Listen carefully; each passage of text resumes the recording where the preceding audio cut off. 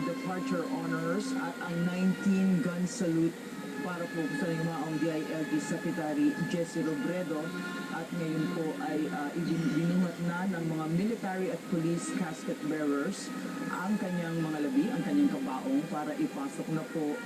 sa sasakyan.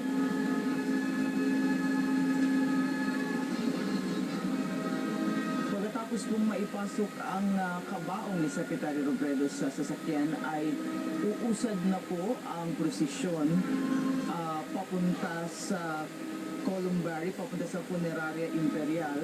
at maglalakad lamang po lahat ng mga sasama sa prosesyon na pamumunahan ng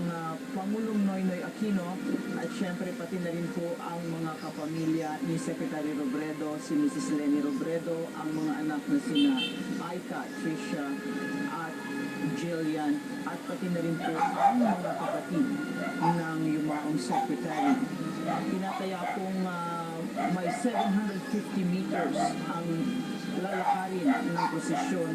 mula sa Basilica Minore de Nuestra Señora de Peña, Francia,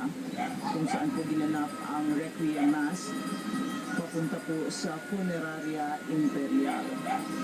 kung saan po ikikremate ang secretary, at inaasahan po na abutin po ng may 40 minutos.